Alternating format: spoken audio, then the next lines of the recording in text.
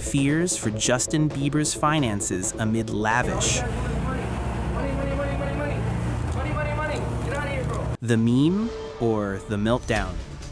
Picture this. You wake up, open Instagram, and instead of food pics and gym flexes, you see Justin Bieber staring through a face-distorting filter, talking about religion, sacrifice, and, inexplicably, Alaska. You scroll once, twice, then whisper to yourself, is Bieber auditioning for a role as my Wi-Fi router? Because this is glitchy. This is the Bieber we see in 2025, the global pop icon who once made half the planet scream baby, baby, baby, oh, until we lost brain cells, is now stumbling through a public unraveling.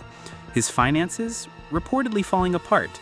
His Instagram, a strange mix of sermons, deleted confessions, and distorted ramblings. His legacy? Somewhere between genius hitmaker and tragic cautionary tale.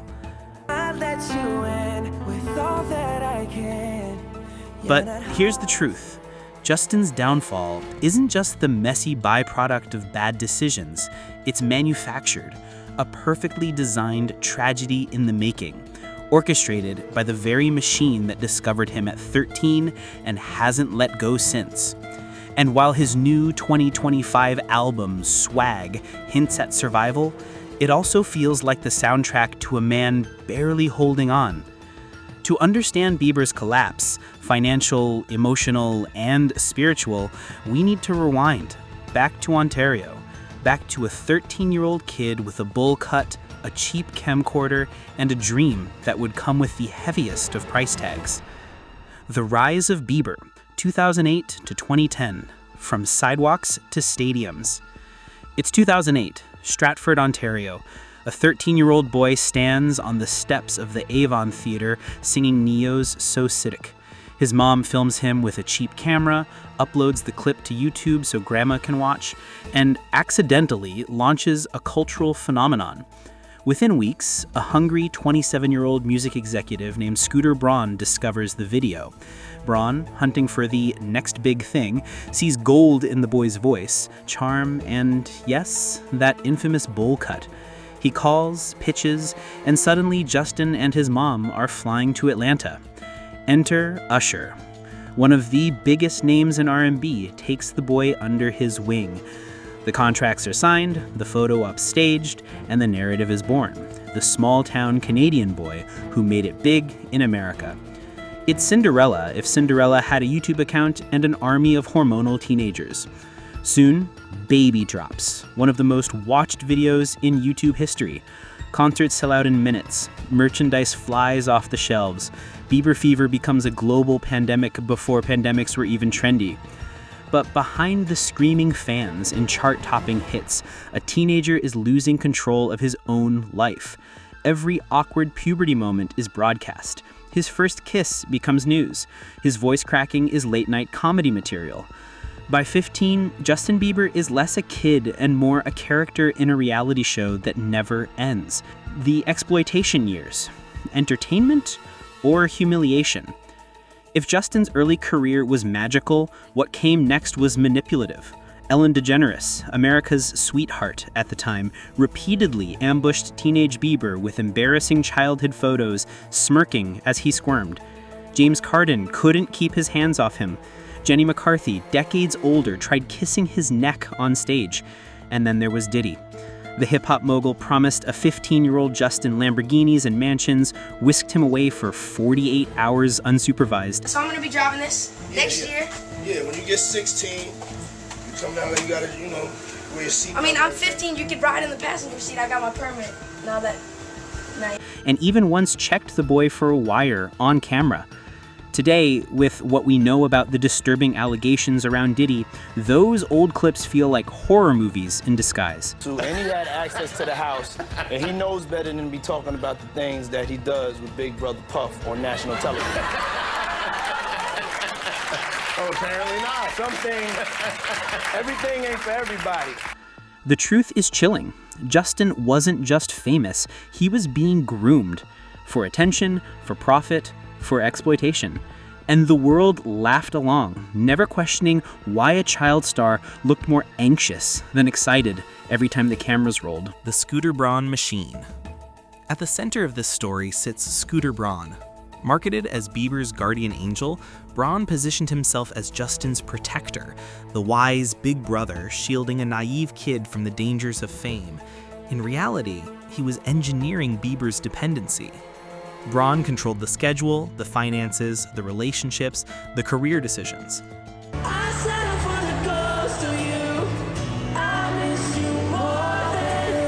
Bieber's entire existence revolved around what Braun thought was best, and for years, Justin didn't see the chains tightening.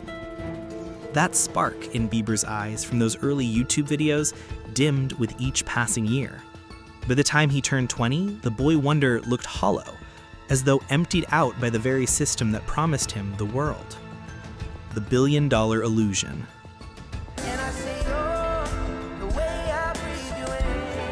By 2020, Justin Bieber had generated somewhere between $500 million and $1 billion in career revenue. Stadium tours sold out, albums went platinum, merchandise dominated. On paper, he was untouchable, a dream life anyone would kill for. But this is the music industry, where contracts are traps disguised as golden opportunities. Record labels offered Bieber massive advances that looked like free money, but were actually loans against future earnings. With royalty rates between 10 and 16% and cross-collateralization clauses, Bieber's success came with invisible chains. A flop in 2015 meant debt that haunted him in 2020. A billion-dollar career didn't mean $1 billion in the bank. It meant debt, dependency, and a cycle where the house always won. And Bieber was the house's prize cow. The collapse, 2020 to 2023. Illness, debt, and desperation. Then came 2022. Bieber, mid-world tour, posted a devastating video. You can see this eye is not blinking.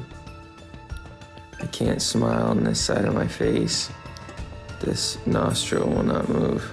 Half his face was paralyzed. Ramsay Hunt syndrome had struck, leaving him unable to blink one eye or move half his mouth. Any sane management team would cancel everything, but the show had to go on, or at least the machine said so. When Bieber finally pulled the plug, the financial damage was catastrophic. He owed concert promoter AEG $26 million. Scooter Braun swooped in, offering to cover the debt and let Bieber pay it back over 10 years. It looked like salvation. In reality, it was just another trap, shifting Bieber's chains from one master to another. And when the catalog sale came in 2023, Bieber selling all 291 songs for $200 million, the desperation was clear. At 28, he became the youngest major artist ever to sell his life's work. The boy who sang Baby was now trading his legacy just to stay afloat. The Braun fallout, an $8.8 million blow. The financial drama only deepened.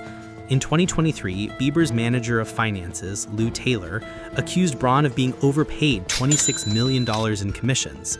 Braun's team clapped back, claiming Bieber owed them money. An independent audit in 2025 delivered the crushing verdict. Justin owed Scooter Braun $8.8 million in unpaid commissions. Think about that.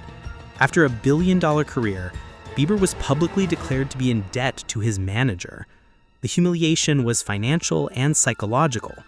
A global superstar reduced to a client in arrears, battling over the crumbs of his own empire.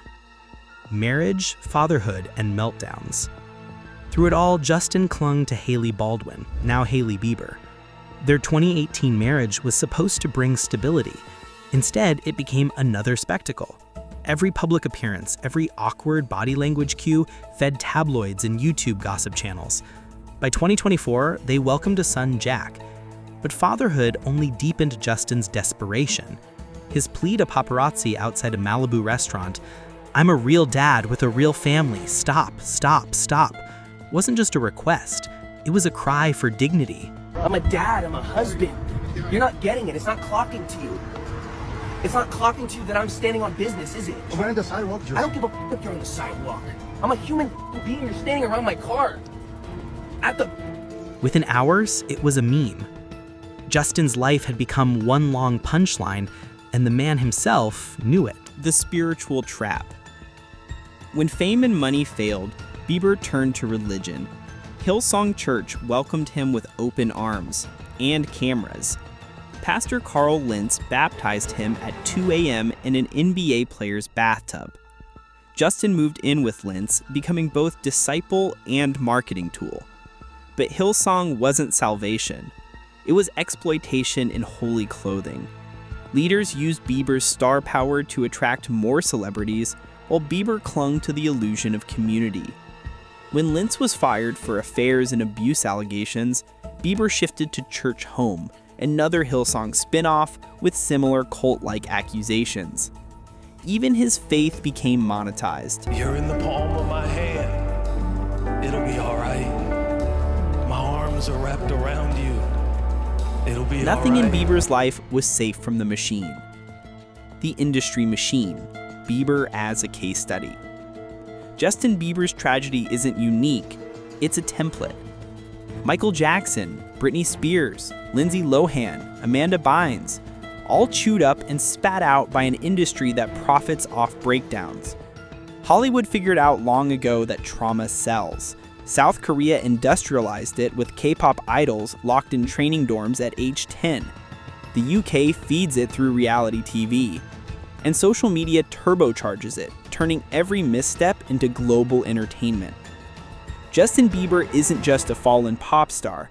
He's Exhibit A in an industry that treats human beings as raw material, grinding them down until there's nothing left but headlines, memes, and streaming royalties. Escape or Encore? Think I'm crying on my own, well I ain't. And so we land in 2025.